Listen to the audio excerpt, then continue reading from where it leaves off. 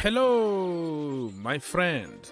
Welcome to the channel and thank you for watching. In this video, we're gonna discuss about Jorginho Frello, N'Golo Kante, even Mateo Kovacic if we have time for. And I will tell you why Cesar Azpilicueta and Koulibaly are going to cause a tsunami in the Chelsea dressing room for the new contract. But before you shoot me, before you take your gun, listen, hold on, okay? Watch the video until the end and you're gonna understand what I'm trying to say instead of jumping to conclusions without watching the video. The other day, I posted a video for just 10 seconds. Somebody already put a comment attacking me for not asking for Graham Potter out because he played people out of position. 10 seconds. Brother, you didn't watch the video yet. I haven't even watched my own video. I just posted 10 seconds ago. You already knew what I was going to say inside the video. Come on, people. You know. So I don't understand. If you watch until the end, you're going to understand. And I'm not going to try to get on Cesar Azpilicueta or Koulibaly, but I'm going to make some connection why Kante and Jorginho are asking that kind of money. Let's go. Get the contract out, put it on the table, let him sign it, let him write whatever numbers he wants to put on there, give him what he's done now since he's come in, and let him sign the contract. Get the contract. All right, people. So, Nizer Kinsella said here, Jorginho has begun talks with Chelsea over a new contract deal. He wants to stay, but has only been offered parity with his current wage. After deciding what to do with Jorginho and Kante, Chelsea will look at extending Kovacic's deal. Wow. And in another post, he said that Jorginho is asking for salary increase. He wants 30k more on top of what he's touching right now. Listen, if you want to waste your time on social media, you bring Jorginho, you bring Kante, you bring Kovacic. People got theories and narrative. One side is going to tell you he's useless, he doesn't do anything. The other side are going to tell you Ballon d'Or, third in the Ballon d'Or, European champion, Champions League, and all that. So, who is right? Who is wrong? I don't think anybody is wrong or right here. Depend just on how you see football. Listen, to be honest with you, I'm not a big fan of the style of Jorginho. It doesn't mean that I am against him or I want him out. It just I have my choices. I like Michael Essien kind of a midfielder. I like Fabregas kind of a midfielder. But if you sign for my team, regardless of your style, and you perform, you do the job for my team, I'm going to support you. And I support Jorginho Frello every time he's on that pitch. I take my biased opinion away and I support the boy. He got the job done. That is the most important. So, like I said, Cesar Azpilicueta just been given 3 years, like 2 years with 1 year in option, and he got a salary increase. 32 years old, almost 33 years old, Azpilicueta got that kind of salary. What do you expect Jorginho to ask? You know what I mean? Like, you might say, oh no, don't pay that kind of money, is gonna be too much. So why did you give the money to Azpilicueta? Azpilicueta got more than 50k a week increase per week. Thomas Tuchel gave him a new contract. And listen, if you are Thomas Tuchel, little brother, uncle, lawyer, or whatever. You can take me to court. I'm not saying anything wrong about your guru. I'm trying to make a point. And certain people are going to tell you, oh, stop talking about such and such. Listen, he's a public person.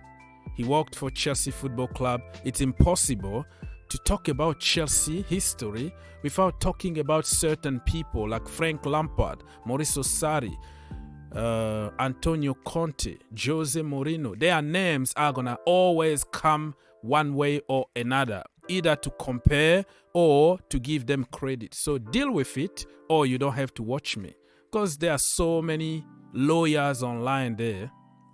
First of all, you show your face, and then you take me to court because I mentioned somebody that you don't want me to say it because that person belonged to you. So I'm trying to make a point here that Thomas Tuchel decided to give Azpilicueta 3 years contract, increase his salary. He decided to bring somebody like Koulibaly, 31 years old, which I don't have any problem with because it's my own brother and I always wanted Koulibaly at Chelsea. I'm trying just to make a point. When you give a 31 years old a 3 or 5 or 4 years contract, you have to expect that anybody else in that age range is going to ask the same kind of contract because you created a precedent. It's a precedent. You know, back in the day, Chelsea used to give only 1 year contract to people over 30. Now we completely change that, and we are in a new structure now that we give people over 30 a long contract. Nothing wrong with that, but it depends on individual basics. It's not everybody is gonna be Thiago Silva because people are using Thiago Silva as an example. That is a completely different story. Okay, we are not built the same. Thiago Silva is a different animal. It doesn't mean that Koulibaly is gonna be the same.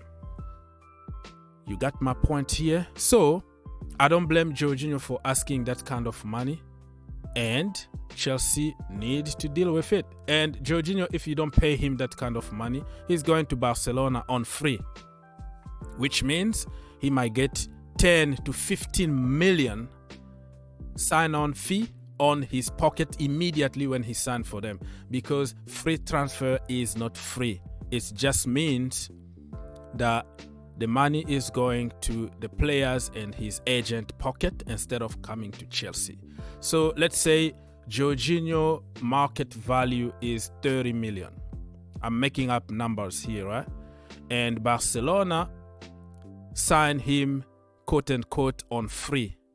They will say, okay, we can save 20 million.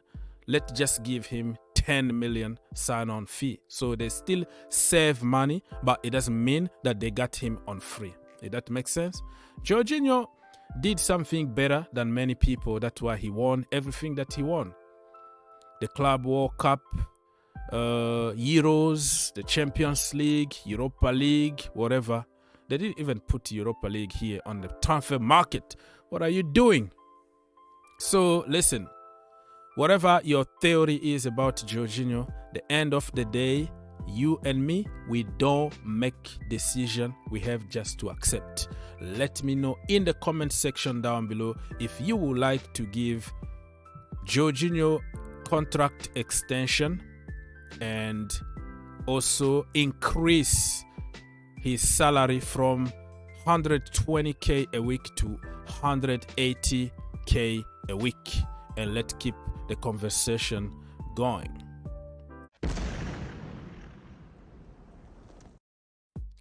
The second topic, very quickly before this video get too long, we're gonna talk about N'Golo Kante. N'Golo Kante, no agreement so far, still suffering with a lot of injuries. My position is that we have to keep somebody like Kante as a luxury player. We still need him. Injuries are not going to be there forever. If we manage those injuries, Kante is still somebody to keep around.